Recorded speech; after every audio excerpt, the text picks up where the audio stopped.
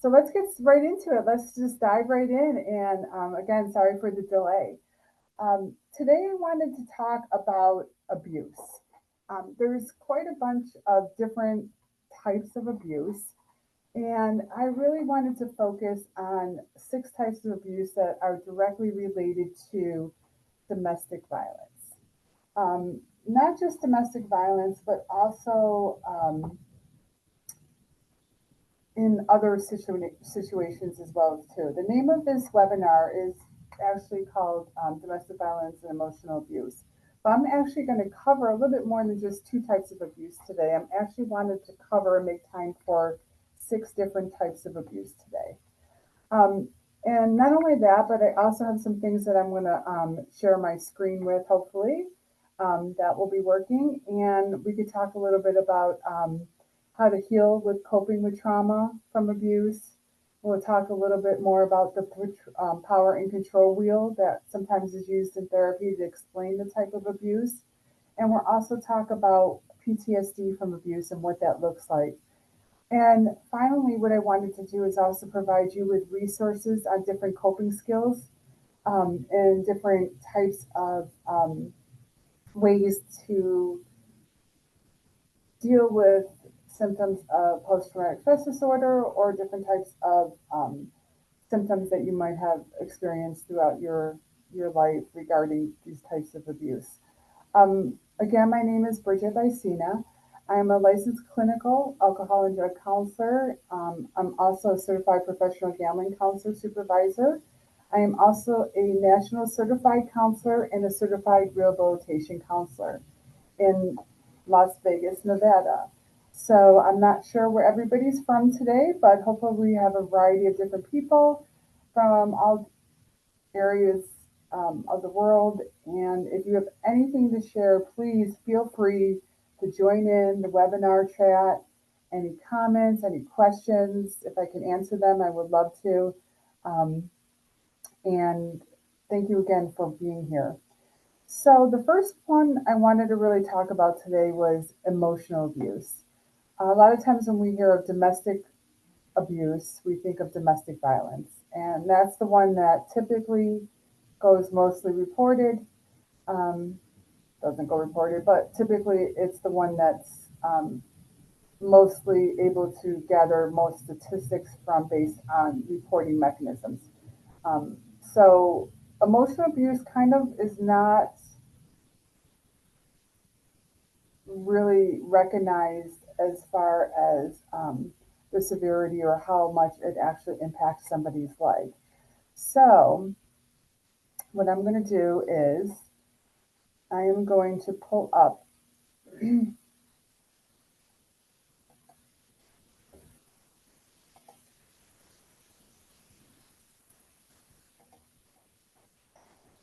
a little thing in just a short amount of time. So first of all, emotional abuse is a range of different topics. And it really basically what the person is doing is they're undermining their sense of well-being and their sense of self-worth. So by doing emotional abuse onto someone else, you're criticizing them, you're belittling them, you're name calling them, you're doing a lot of damaging things to your partner, not only your partner, but the partner's children, the partner's family members, um, all different areas of that partner's life. So currently, how do we know if we're in an emotional abusive relationship? That's a good question. So what I like to do with my clients is I ask them a few questions and I say to them, answer yes or no. Do they call your names? Do they insult you? Or do they continually criticize you? Not only in public, but also alone when you're in private. Do they not trust you? Or do they act in a jealous or possessive manner? That's a type of emotional abuse. Do they try to isolate you from your family or friends? Um, you want to go to a family function and they tell you no, or they have to go with in order for you to go. Do they monitor where you go, who you talk to, who you call, who you spend your time with? Do they want you to always share your location if it's not for a safety reason? Do they not want you to work? Are they limiting the amount of hours you spend at work? Do they also control your finances? That's also a type of emotional abuse. Um, or not only do they control your finances, but they also refuse to share money as well too, help with the bills, so you become the only sole provider. Do they punish you without holding affection by withholding affection? So when they get mad, do they tend to say, withdrawal, not just for a short period of time, but we're talking about a longer length of time, and they withhold affection as well too. Do you have to get permission to do things? That's also another way of emotional abuse. And do they threaten to hurt you or your children or your family? Or sometimes I see a lot of them threatening to hurt your pets as well too. And any type of humiliation is a form of emotional abuse. So I think that's important to recognize here today is that emotional abuse does happen and it does take a long lasting toll as well on somebody. Um, the second type of abuse is what's called psychological abuse. And that is basically where it instills fear in you. So the psychological part instills fear by intimidation, threatening physical harm to yourself, partner, children, fish, pets, property, doors, walls. Um, there tends to be a lot of mind games going on. And I'm going to put that in quotes because the definition of mind games is very wide. But typically, they force you to isolate from your friends and family, school, work, whatever, any other options that you might have on outside life. Basically, they're just um, controlling you.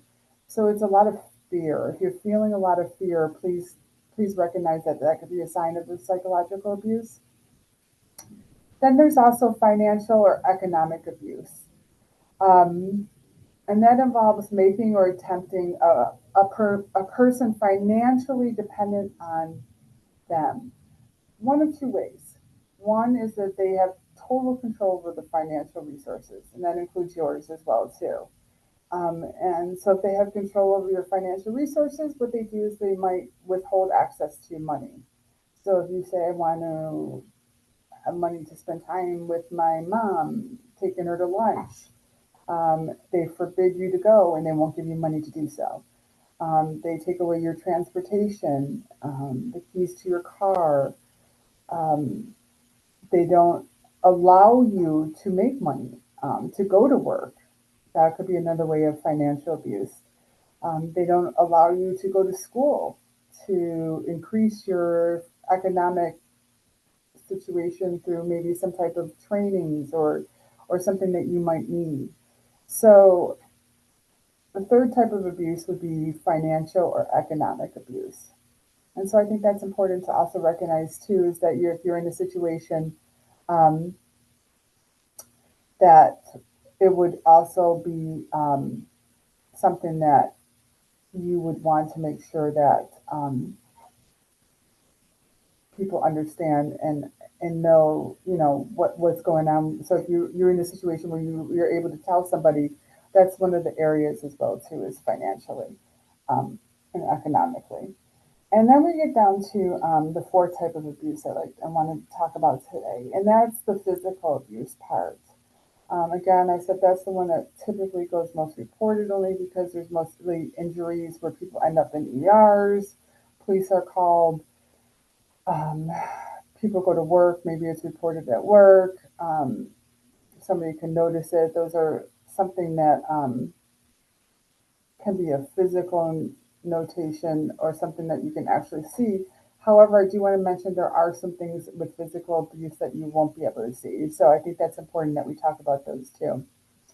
Um, so physical abuse is typically a partner that would try to hurt another partner by either hitting, kicking, burning, grabbing, pinching, shoving, pushing, slapping, hair pulling, biting. A big one too that doesn't go talked about too is denying medical care for that person as well too. Um, by forcing alcohol and drug use onto the other person, or any other type of physical force. So if you think of anything, any type of physical force, um, how do you know if you're in a situation right now that's physically abusive? So there's yes and no questions, obviously, but there's also things, specific things that I'm going to talk about. Um, do they damage your property? So do they damage your property when you're angry? Do they throw objects? Do they punch walls? Do they kick your door? Any destruction of property in the home definitely means that there's some type of physical abuse going around, including throwing objects at you as well too. So it doesn't necessarily just have to be at a wall or a floor. It's also at you as well too. Again, I mentioned they can push, slap, bite, kick, choke. All of those are different ways. Do they scare you when they're driving?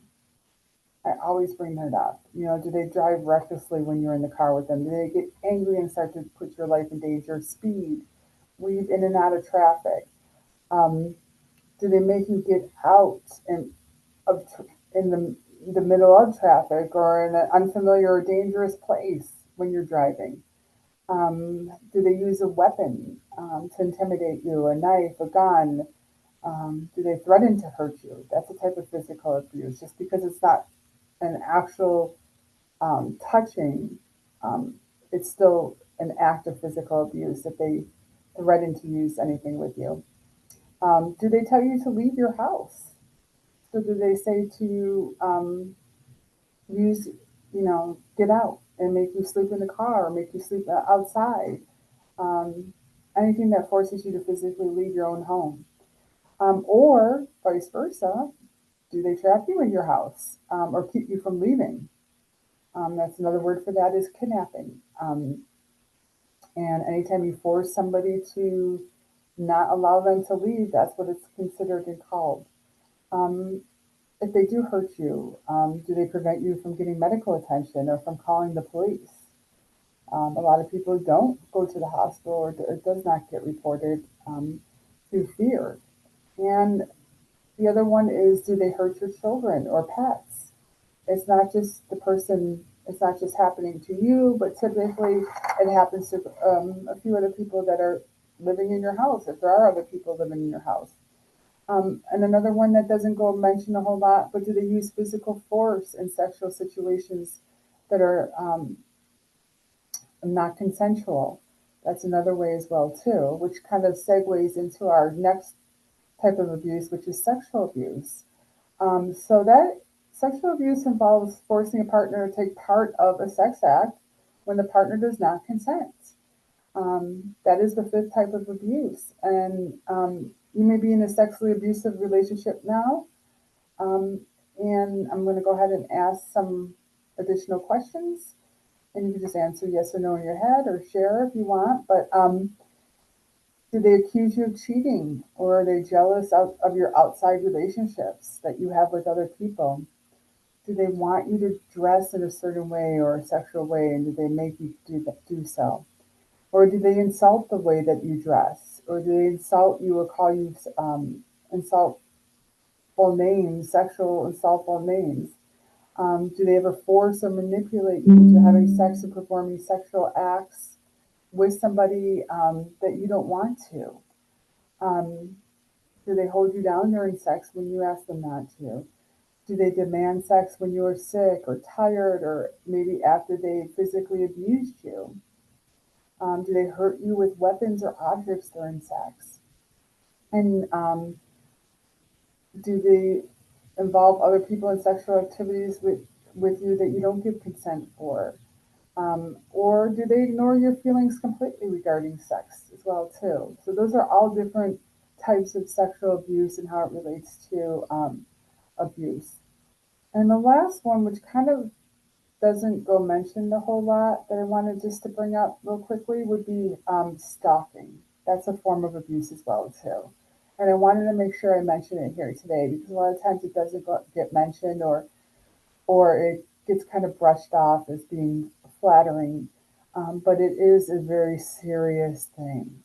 Stalking is any type of pattern or behavior that serves no legitimate purpose. And it's intended to harass, annoy, or terrorize the victim.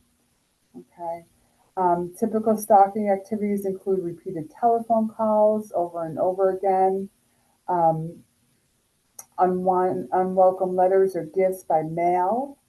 So if someone, if they don't have your telephone number, they might have your address, sending you things. Do they stalk you at work? Do they sit outside at work and look at you? Do they come to your home? Or do they go to other places you might work at or maybe frequently visit and sit there? One thing I did want to mention regarding stalking is that stalking usually always escalates. So it's super important that it does go reported, um, and that you do make sure that you want to notify who's stalking you, um, not only to the police, but also to other people that are familiar with you or know you. Um, so people are aware of the situation. Let your boss know, let other people know. Um, so then there's always eyes, on you. But stalking usually always escalates, so it's really important. So with the six signs of the six different categories of abuse, I thought that's a great segue into our next section. Before that, I'm just going to go through our chats real quick, see what we got going here. Okay, so we definitely do the ACE test as well. I don't right now, not at this time. Um, but it's your time now. My husband would say he deserves sex, and it was my duty as a wife, and he would do it. Yes, so that definitely is a form of sexual abuse, absolutely. And I think what you just said in the chat, my husband would say he deserves sex, and it was my duty as a wife, and he would do it in my sleep and hold the side of my face down. Yes, that is sexual abuse. And it also is a sign of emotional abuse, right? Um, Humiliation, um, calling you names as well too. So I'm picking up on a few different types of abuse that's going on there um, as well. And it's important, and I'm glad you brought this up because it's important to say that just because someone is married, it doesn't mean it doesn't occur, right? It definitely occurs during the marriage, during relationships, all different kinds. And I think that's a great thing that you brought up, and I'm glad that you were able to share that with everybody today. So everyone knows that, yes, it's happening and it's going on. So thank you for sharing that. Thank you very much. Okay. Any other comments? Okay. So I'm going to go ahead and share a screen real quick, and we are going to look at this screen. And great. So this is what we're looking at right now is what's called the physical violence sexual power and control wheel.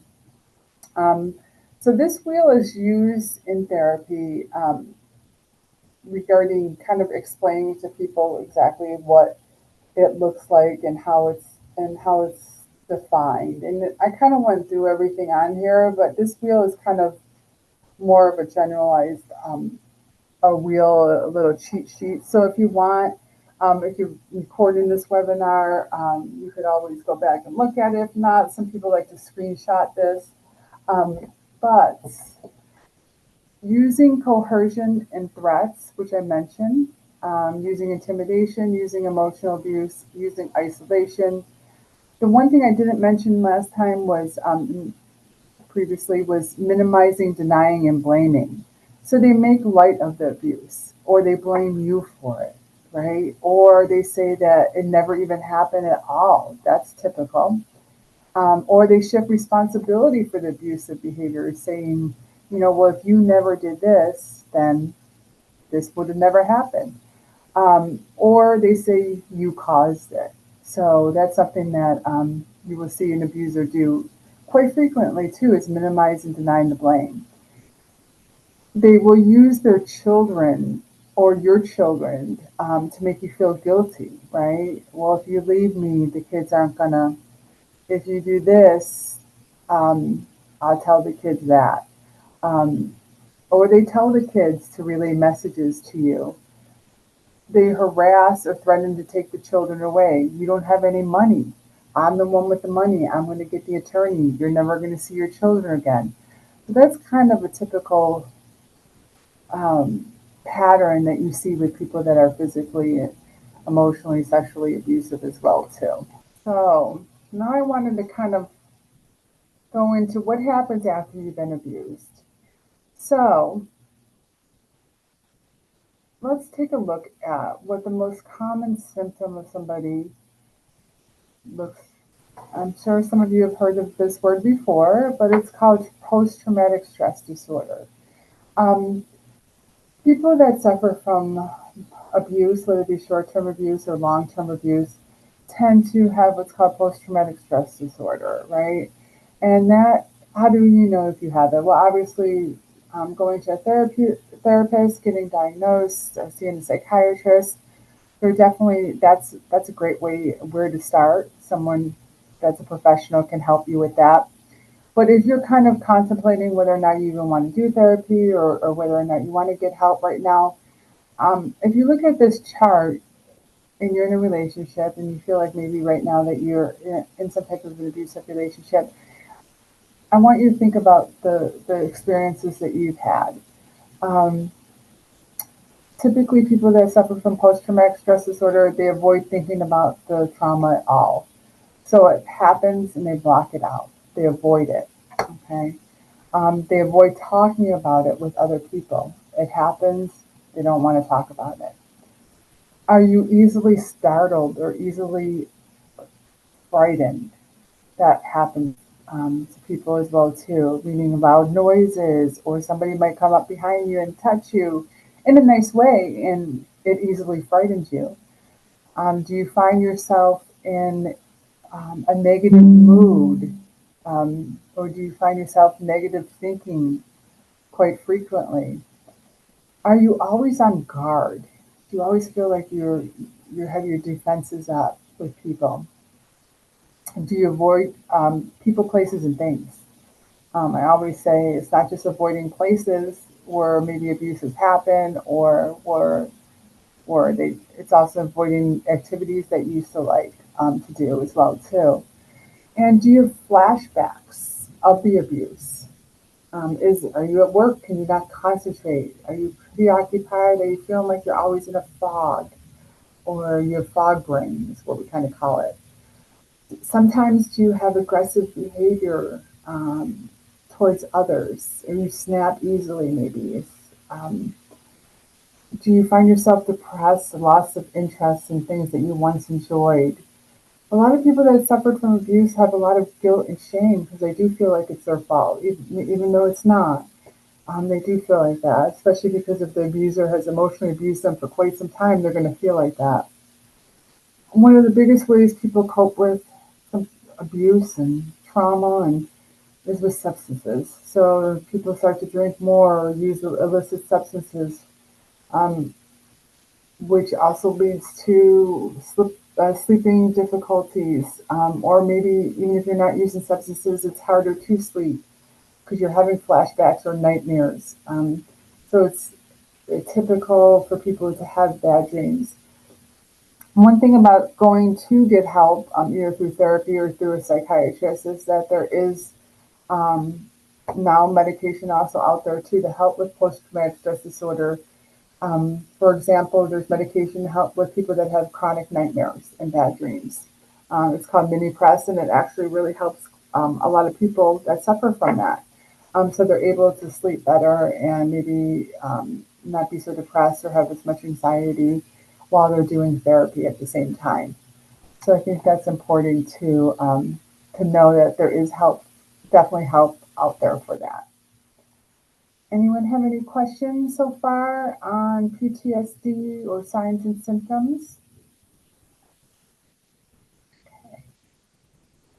Okay, we have another, thank you. I'm going to go ahead and read this out loud because it is being recorded for those that can't see it during the recording. My dad and my husband used to give me a fright all the time and they found it hilarious. I still jump now, even though I know the people I'm living with. I grab my mouth to stop from screaming because they enjoyed it when I scream. Yeah. So that's definitely something that we're going to go this out here again. Always on. It sounds like from what you just typed in, it sounds like you're always on guard and you're easily frightened. Um, and there might be uh, some guilt or maybe even some shame in here as well too, um, because you grab your mouth to stop from screaming, right? Yeah. So definitely you were able to identify what PTSD looks like, and now when you're feeling this way, you can actually identify that. And the next 15 minutes, I'm going to talk about coping skills and how to deal with trauma and PTSD and other types of things that maybe you could do to help with that, those type of feelings, because you definitely, it looks like you were feeling that way. So thank you for sharing. Thank you very much for sharing. Really much appreciate that.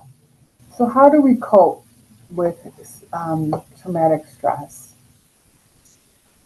Coping skills for traumatic stress.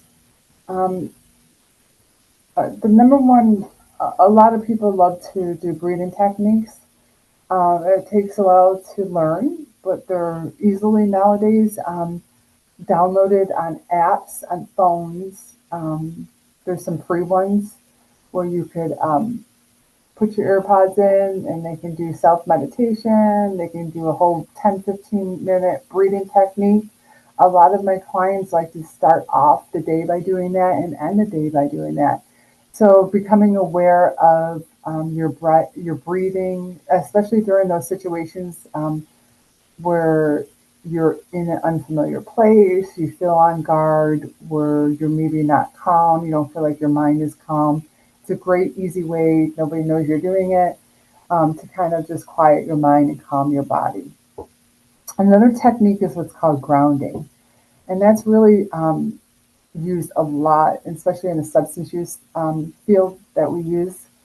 We bring the client back to the present moment. A lot of times, people jump to conclusions or living in the past, and we try to bring them back to what is actually sensory and cognitively going on right now at this moment. So we'll do some grounding activities with them, and I'm going to share some with you in just a moment as well too. Another coping skill would be body awareness. So listening and connecting your body to who you are and how you're reacting to the stress. Really getting to know yourself, knowing the sensations in your body when you're feeling them. Is your heart rate increasing? Your pulse increasing? Body temperature increasing? Becoming aware of that.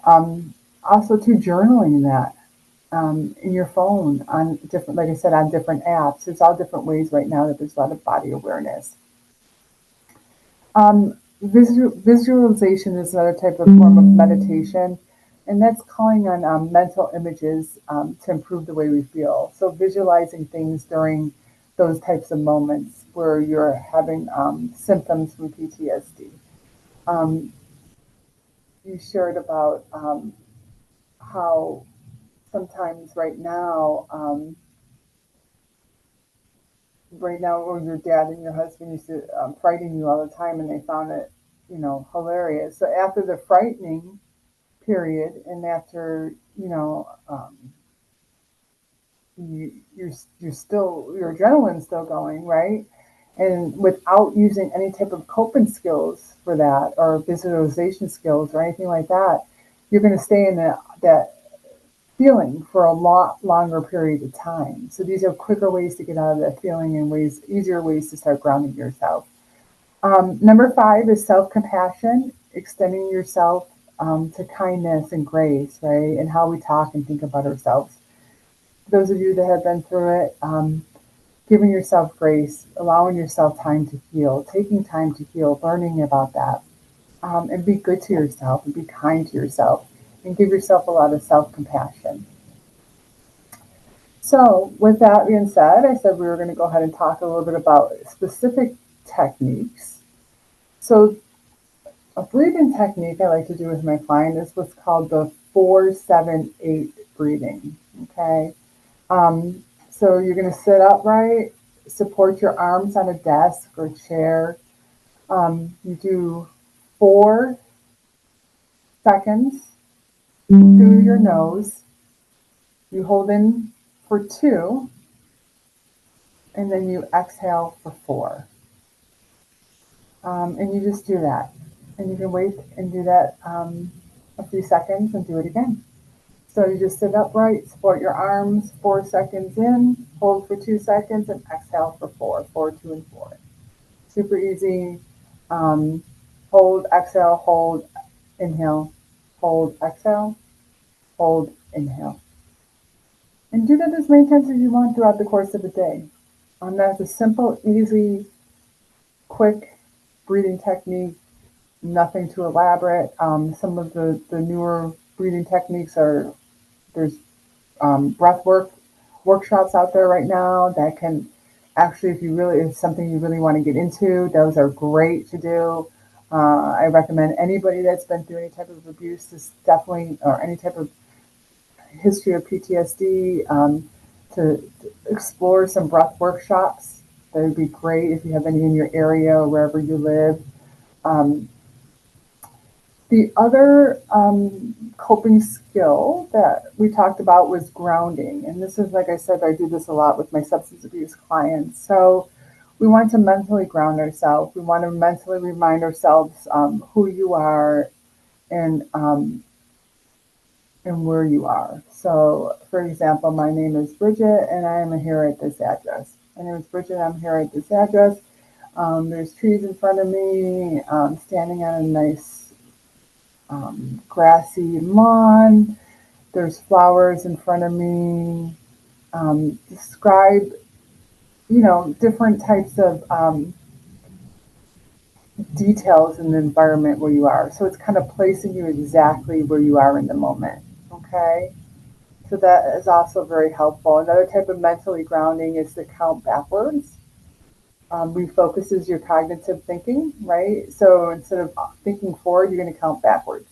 So you're doing 100, 99, 98, 97, and keep going. And you're going to find out by the time you get to like 64, 62, you're going to start to feel much, much better. Um, Physically grounding yourself is 5 things in your head that you could physically see that are right there presently in front of you. So you would name 5 things that you could see. Um, Feel 4 things around you.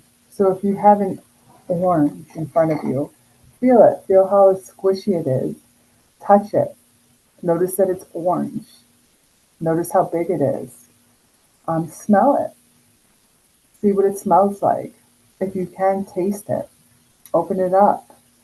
Those are all types of physical grounding. Okay. So the way to remember how to physically ground, okay, so we did the 4-7-8 breathing. Physical grounding, you could do the 5, 4, 3, 2, 1. Okay, so that's 5 things you could see, 4 things you can feel, 3 things you can hear, 2 things you can smell, and 1 thing that you can taste.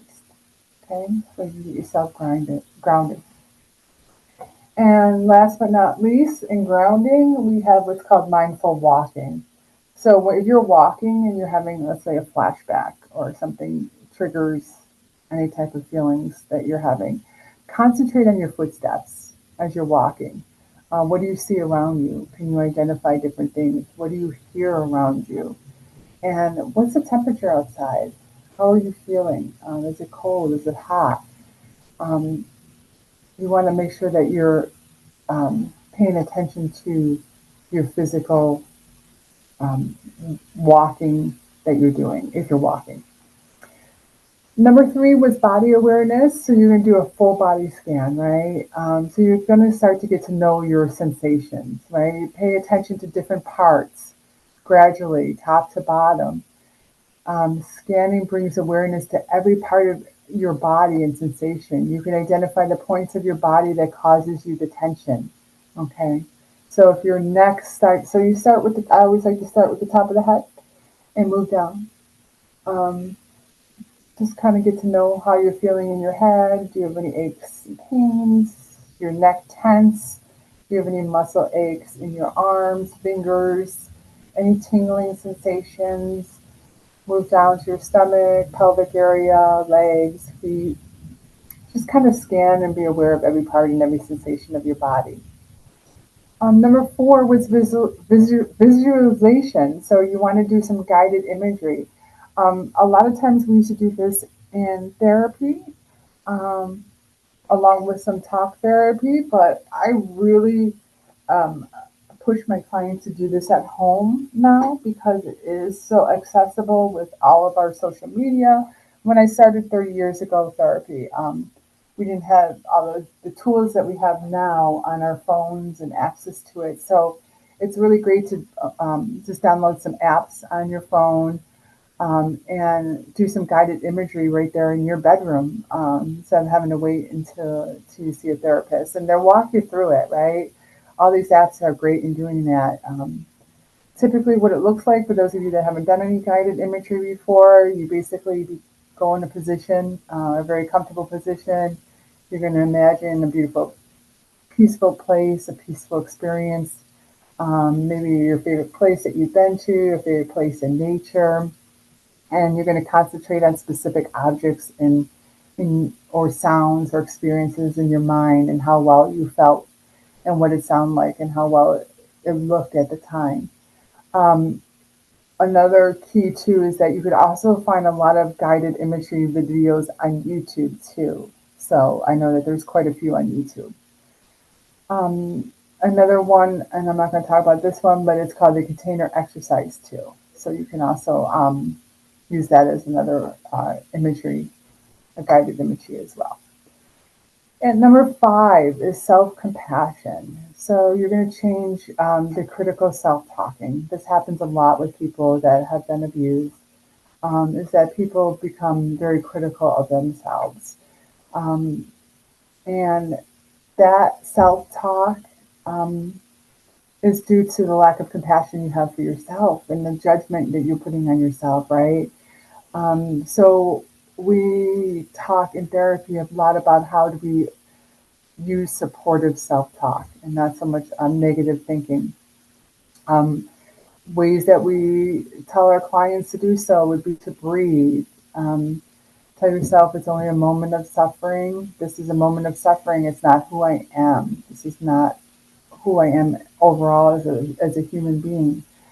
Tell yourself also too, you're not alone. Other people have gone through this or are going through this. And make sure that you're always kind to yourself. And so you may live with ease. So that's really important as well too. So being self-compassionate towards yourself is very important. All right. Um, we have another comment. So let's get to the comments. Yes, I was incredibly anxious. Taking deep breaths helps, and naming three things in my room with different textures. Great, great. That's amazing. And if you haven't taken any breathwork classes, I think they're absolutely amazing. I can't say enough great things about them for people, because you could actually do them anywhere once you learn the skills and techniques. And those are great coping skills that people can learn anywhere they're at. So it's wonderful. All right. Thank you so much for sharing. I really appreciate that. Absolutely. And the last but final piece of information I want to give you is what's called cognitive restructuring. And this is treatment that people have used for treatment of post-traumatic stress disorder in people that have been abused. This specific article, handouts. I give to some clients that have gone through different things, and it's kind of a more elaborate handout than what I just kind of went through with the handout, the couple pages handout. But this one is basically talking a little bit more about instructions for breathing, how to find relaxing words, use them in your vocabulary. I'm just going to scroll down for time's sake. Um, it talks a little bit about how trauma affects thoughts and feelings.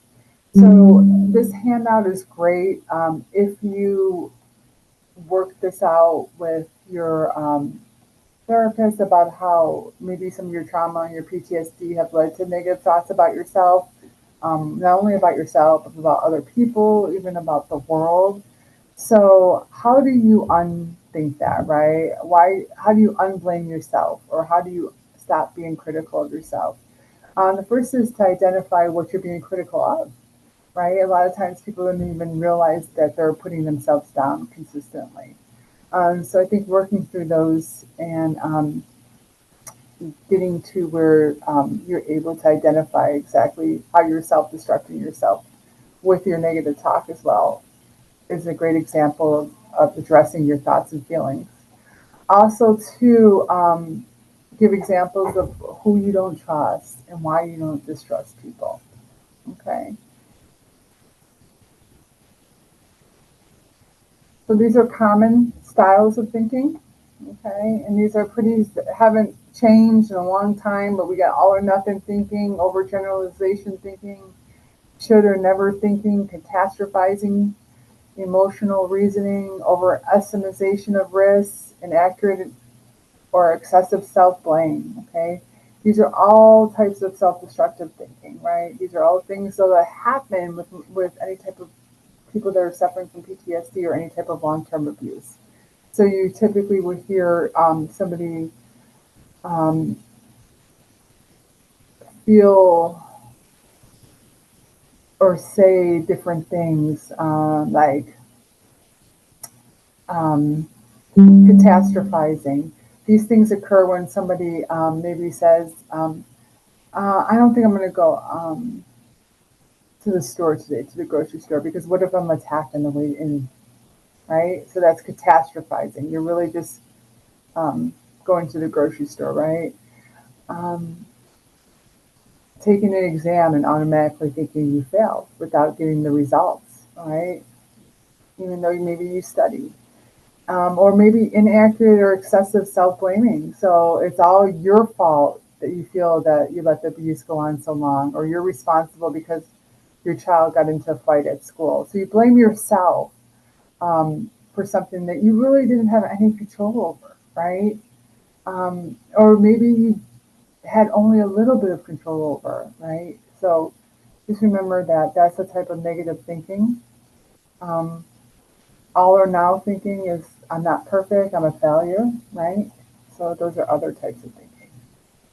And the last one is a mental filter. Those are thoughts that occur when people focus only on negative aspects of something. So they say, I'm such a screw up, or I made a total fool of myself. So, um, for example, your boss might give you positive feedback at work, but then says to you, maybe you just need to improve on this. And you take it to where your boss is completely unhappy with your performance and you're doing absolutely nothing right. So that would be mentor filtering. Other types of common styles of thinking workshop is where you start to journal all those different things, your situations, um, things you said, your feelings about it, and your style of thinking, and things that you could have done differently, right? So journaling really helps identify your thought patterns, right? Because it's all about changing your thoughts and your cognitive way of thinking, okay? And it's all about the 5 steps of cognitive restructuring. So you're going to start to ask yourself, one, find out the situation. Two, the feeling you had. And this is a great handout number 9. If you just want to just start somewhere, situation that made you upset, the feeling that you had, the thought you were thinking, and then identify what type of style of thinking that was. Then you're going to evaluate your thought. You're going to ask yourself, what evidence do I have for this thought? Um, how would someone else think about that situation? How can I support my thought? And then the answers that do not support your thought. So how can I support my thought and how can I not support my thought? And number 5, which is one of the most important things, is do you take action on that thought? Do things mostly support my thought or do things mostly do not support my thought, right? So you look back on things that support your thought and things that do not support your thought, and you ask yourself, which one is really the one that mostly supports my thought, right? And then change that thought to a new thought. So if the evidence does support your thought, um, decide what you're going to need to do to deal with that situation. So you ask yourself, do I need to get more information about what I need to do? Do I need to get some help for that? Do I need to take steps to make sure I am safe, right? So if maybe there really is a stalker and he really is going to get you at the grocery store, right? So what steps do you need to make sure that I am safe, right? Okay. And that is your action plan. So you can define the goal, brainstorm possible strategies, and plan how to implement the strategies you chose, and set a time or a situation to follow up with your plan as well too. Follow up is extremely important too. Again, on handout number 12, we have a list of different feelings um, and thoughts people feel. Handout 14 sums everything up. So it kind of talks a little bit about CBT for PTSD. You want to always identify your goals and your progress in treatment, and especially during therapy and when you're learning to change things. So write those things down, things that have gotten better since you started doing cognitive behavioral therapy or CBT work, on your own. Um, and all those things help tremendously. Okay. With that being said, I know we went a little bit over, but I started a little bit late. So with my technical difficulties, does anyone have any more comment? Oh, we have another comment. Journaling is so great. When in doubt, write it out. I love that. When in doubt, write it out. Absolutely. Journaling is great. Worksheets is great. With our access to phones and everything like that, we can now create notes while we're driving. Well, not while we're driving, but Siri can create notes for us whenever we're out and about. So it's great to be able to have access to all of that. So thank you so much, all of you, for joining today. I really appreciate the feedback and the participation. Again, please reach out if you need help or you're in a situation. Contact Pineapple Support. They're a tremendous, tremendous support system for everybody. They have been nothing but a blessing to so many people, and they're here to support you. They're here to be able to get you the resources that you need in your area. They are a wealth of information. They have therapists in all different states and countries all around the world. It's an amazing program, an amazing resource. So um, thank, thank you, everybody, and I hope to see you at the next webinar. Have a great day.